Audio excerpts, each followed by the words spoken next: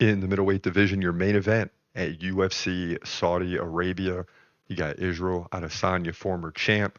He comes in at 24-4, taking on Nassourdine Imavov, who comes in at 15-4. And this fight to me is a lot like Colby Covington, right? Adesanya is the type of guy that's going to beat everyone below him and hopefully get a chance at a title fight at some point in time, right? But if he starts to lose, he can kiss that potential goodbye. So this is a big fight for him. Adesanya 1 inch taller at 6'4". He's 35. Keep an eye on that age. Imavov right in the prime at 29 years old. Adesanya 5 inch reach advantage. He's a switch stance fighter. Imavov fights right-handed. Now, in terms of activity, they're both in the fours per minute. Imavov 4.5 significant strikes per minute. Adesanya exactly 4 per minute, and neither guy is really looking to get too many takedowns. I mean, Imavov will get like one every 3 rounds, but Adesanya is going to make that tough. And where Adesanya's always been strong is he takes his opponent's numbers and brings them way down. So even though he's given up a half a significant strike per minute, which equates to about 7 or 8 throughout the fight, he's going to completely slow down Imavov in this fight if it continues the way it always has. Now, takedown defense really isn't that important. It doesn't seem like in this fight, but Adesanya stops 3 out of 4 takedowns, 75%. He's lost 3 of the last 4 to Alex Pereira by KO, Sean Strickland decision, Duplessis submission. So those guys are fighting for the title, right? Alex Pereira moved up to light heavyweight, but before he did, Adesanya took the belt back from him with a KO.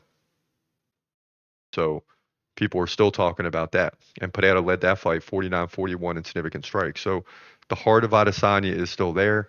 His last 2 losses against guys that had the title at the time.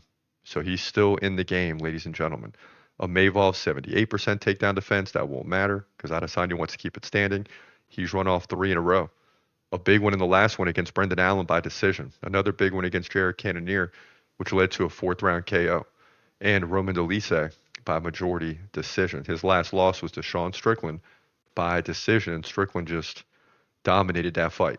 But again, Imavov is 29, so he's just entering the prime window in that fight against Sean Strickland. He's getting better all the time. Adesanya is who he is, and the question is Imavov good enough right now to beat Adesanya? It's very tricky because Adesanya is approaching that older age, but he's not too old yet, right?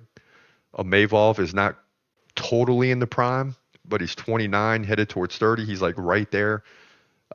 It's going to be very interesting. Will there be a changing of the guard? That's the question in this fight. But listen, I got to go with Israel Adesanya. Imavov is good, but I just still don't think he's as good as Adesanya. I think there's a clear difference in this division from the top 4 fighters in Hamza, Adesanya, Dricus, and Sean Strickland. And I still think it's going to stay that way after this fight. I like Adesanya to win this thing by decision. It's going the distance, in my opinion. But either way, maybe Adesanya gets a KO earlier. We'll see. But I like him by decision. Just on the feet, he's going to outclass Imavov and probably win 3-2. It's going to be a close fight, but Adesanya outclasses him, throughout this fight by decision, winning 3 rounds out of 5 to move to 25-4. Big win for him here. Then he's going to cause problems in terms of the next title fight because everybody wants to see Hamza fight for the title. But they're both going to have to wait for Sean Strickland and Dricus Duplessis. So still a lot up for grabs in this division. But yeah, Adesanya wins this one here in the main event at UFC Saudi Arabia.